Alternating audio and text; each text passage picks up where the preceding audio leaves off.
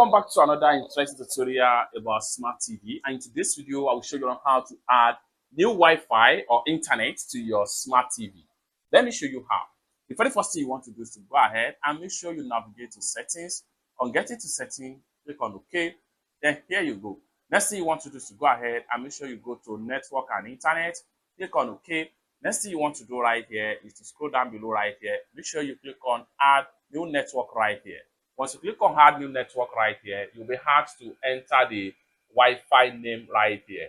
So go ahead and type the Wi-Fi name.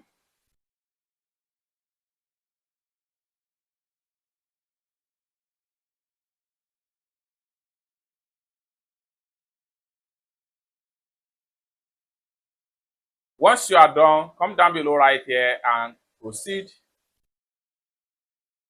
Then here you go. Then you'll be asked to enter the security questions right here. Go ahead and click on here, and you will need to connect